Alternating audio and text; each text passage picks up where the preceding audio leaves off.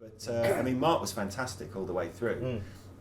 You know, he'd always discuss with you beforehand what level he wanted you to pitch it at, and he'd say to you, right, so in this scene we've just come from here, we're going there. I mean, he would give you his idea and his vision for it, and then you'd kind of get carte blanche to do it the way you wanted it to. And then if it didn't work, he'd say, take that out, leave that in.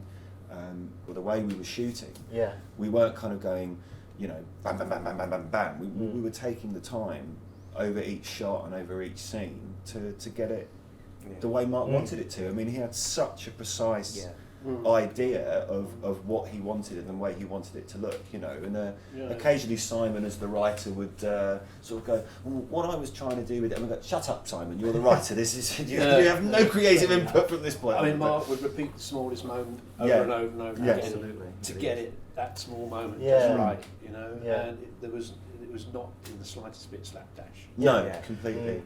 Which is why the finished production is.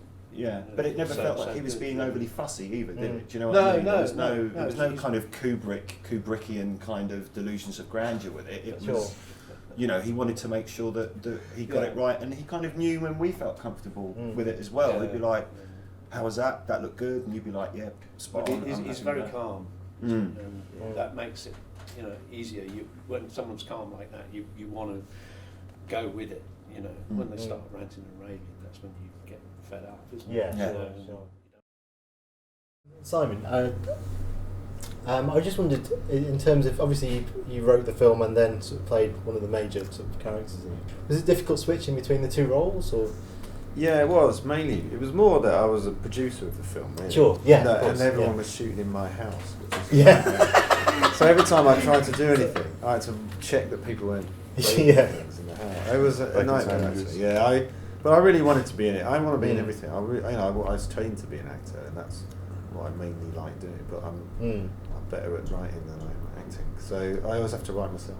I mean, was it always that role that you wrote for yourself, or was it? Definitely, yeah. I mean, I like kind of number one characters who are sort of quite straight down the line and all duty. I don't know, that appeals to me.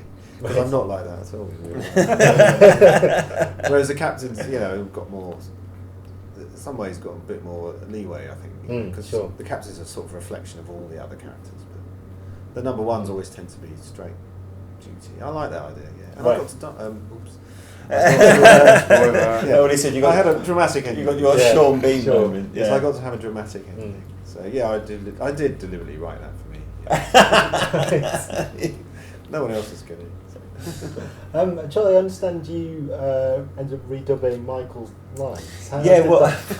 Because what happened was that when we were doing the ADR, Michael he couldn't make the sessions basically, and it was like, just what we're going to do, and I just went, look, I'll do it. Just let me do it. We'll do it now. We'll plough through it, and we did, and it sort of worked out okay. The trick with it was obviously kind of trying to get my voice to sync with Michael's performance, which was great, but it's that whole thing of, do we put a funny, how do we put a funny accent on it? Do we put an accent on it, but technically it's not possible to do that. You can't just kind of put any old voice on it. You have to match up the pace and the length and the speech to what the actor's doing on screen. Otherwise, people will kind of go, oh, well, that's not that person, and hopefully when people do see it, they won't be able to recognise that it's my voice and not Michael's. So but yeah, it was.